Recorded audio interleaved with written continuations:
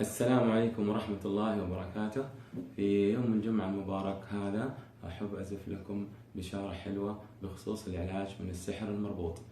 الحمد لله ربي أكرمني خلال الفترة الماضية أني وصلت لآيات علاج السرطان الناتج عن العين والسحر، وخلال هذه الفترة كنت أعالج أيضا أخوات مسحورات، ومن الله علي أني أوصل للآيات اللي تفك السحر المربوط داخل الجسد. تعرفوا جميعا انه اغلب المسحورين ما يستطيعوا يوصلوا للسحر المعقود لهم او المربوط لهم، لانه الساحر ومعاونيه دائما يرموا هذه الاشياء اما في البحر، اما بين الجبال، اما في الابار، وإما في الأنهار، وإما يدفنوها في التراب، وإما يكون السحر ناري مرسول عن طريق البخور، أو سحر هوائي مرسول عن طريق العطر، أو سحر مائي يكون مرسول عن طريق الرش تحت الأبواب، أو الرش على ملابس أهل البيت أو على جدران أهل البيت. بفضل من الله سبحانه وتعالى تمكنت من الوصول للمقطع من آية في القرآن الكريم في سورة الأعراف آية 157. المقطع يقول أعوذ بالله من الشيطان الرجيم: ويضع عنهم إصرهم والأغلال التي كانت عليهم، ويضع عنهم إصرهم والأغلال التي كانت عليهم، ويضع عنهم إصرهم والأغلال التي كانت عليهم. يكرر المعالج للمسحور، الشخص المعالج اللي بيعالج المسحور يكرر هذا المقطع من 7 ل 10 مرات، ل 20 مرة، ل 30 مرة، ل 40 مرة، لين يحس انه الربط فك عن المسحور. بعد ذلك ايش يعمل المعالج؟ يطلب من الجن انه يقرأ معه سورة آية الكرسي، سواء كان هذا الجن المتلبس عن طريق السحر مسلم أو غير مسلم، لأنه هذا الجني مربوط ربط وما يبغى ما يطيق يجلس في هذا الجسد ويبغى يخرج بأي طريقة، لكن اللي مانعه من الخروج إيش هو؟ الربط. بفضل الله سبحانه وتعالى ثم بفضل هذا المقطع من هذه الآية يفك الربط ويستطيع يخرج الجني، لكن بعض الأحيان يكون خارج الجسد في حراس يمنعوه من الخروج، حراس من الجن يمنعوه من الخروج.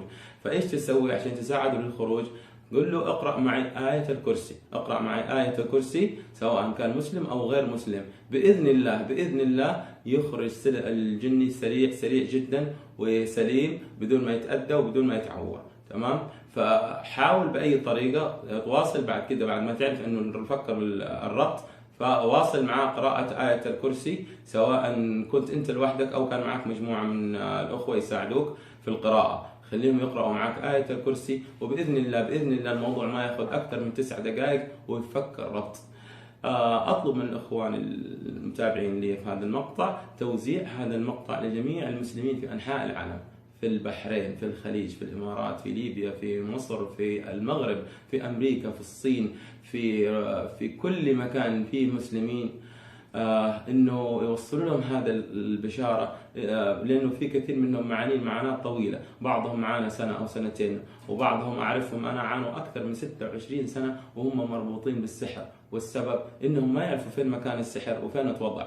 وبفضل من الله سبحانه وتعالى تمكنت بفضل من الله سبحانه وتعالى اني اوصل لهذه الايه، واتضح لي فعلا مع التجربه خلال ال3 الأسابيع الماضيه انه الحمد لله فكيت كثير من الاسحار بفضل الله سبحانه وتعالى، ثم بفضل هذه الايه اللي أخذتها من المعجزة العظيمة، معجزة الكون، معجزة الإسلام ليوم القيامة اللي هي القرآن الكريم.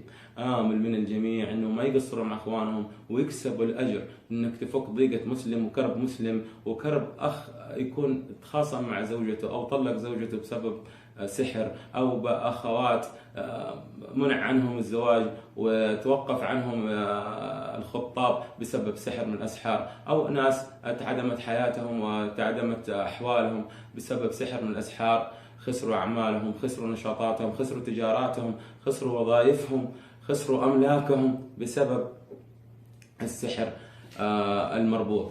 أسأل الله سبحانه وتعالى يجعل في ميزان حسناتكم يا أخوان، ونسأل الله سبحانه وتعالى أنه يأجرنا الأجر العظيم على هذه الوقفة وهذا النشر اللي حينفع به الله سبحانه وتعالى إخواننا المسلمين.